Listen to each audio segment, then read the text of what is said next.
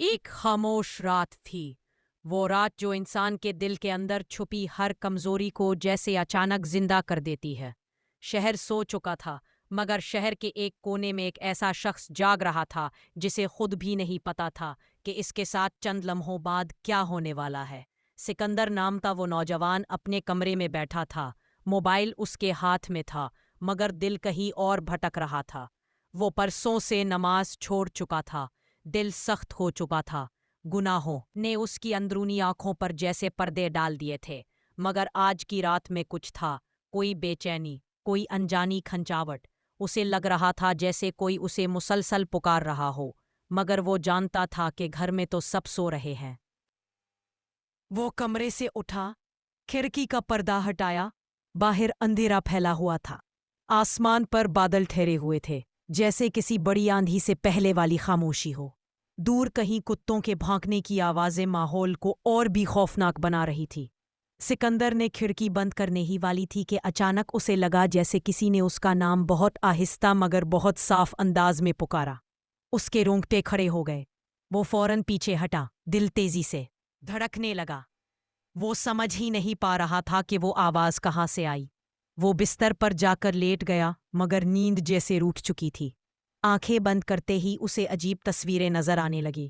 پہلے اندھیرے میں کسی کا دھندلا سا چہرہ، پھر اچانک ایک قبر، پھر ایک بہت طویل راستہ جیسے آسمان تک جاتا ہو۔ وہ گھبرا کر اٹھ بیٹھا، سانس تیز تھی۔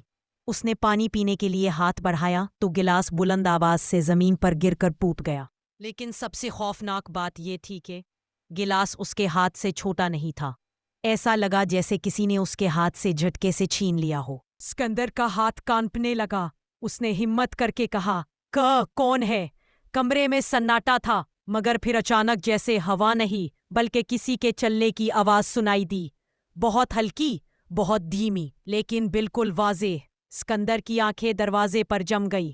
دروازہ بند تھا، مگر نیچے سے جیسے سائے گزر رہے ہو۔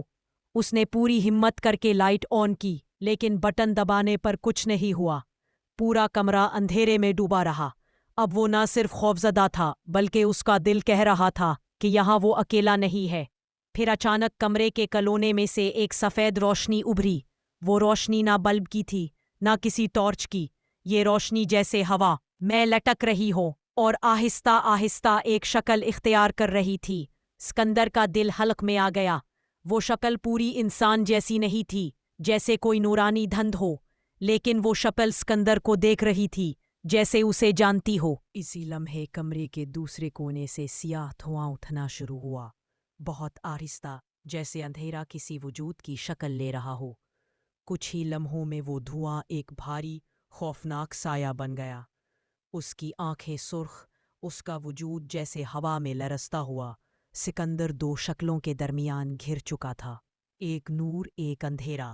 نورانی شکل نے بغیر زبان ہلائے اس کے دل میں ایک جملہ ڈالا، ابھی وقت ہے، فیصلہ کر لو۔ سکندر کے اندر جیسے برف پگھی۔ اس نے یاد کیا کہ بچپن میں کیسا تھا، معصوم، صاف دل۔ پھر جوانی آئی، دوستیوں نے اسے غلط راستے پر ڈال دیا، نمازیں چھوٹ گئیں، گناہ بڑھتے گئے۔ وہ جانتا تھا کہ وقت تیز ہے، زندگی بہت کم ہے، مگر آج جیسے کوئی اسے اس کی اصل یاد دلا رہا تھا۔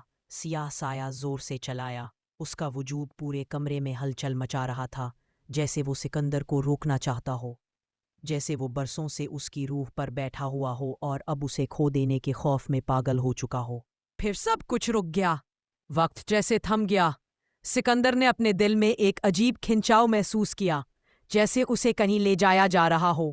اچانک سارا کمرہ گھومنے لگا، روشنی تیز ہو گئی، آوازیں دھندلی ہو گئیں، پھر خاموشی۔ اس نے دوبارہ آنکھیں کھولیں تو وہ ایک بہت بڑی وادی میں کھڑا تھا۔ آسمان سرخ تھا، زمین شیشے کی طرح چمک رہی تھی، مگر ٹوٹی ہوئی، جیسے لاکھوں دراریں ہوں۔ یہ جگہ دنیا نہیں تھی، مگر جہنم بھی نہیں۔ یہ کوئی انتظار گاہ لگ رہی تھی، ایک ایسی جگہ جہاں انسان کو اس کی حقیقت دکھائی جاتی ہے۔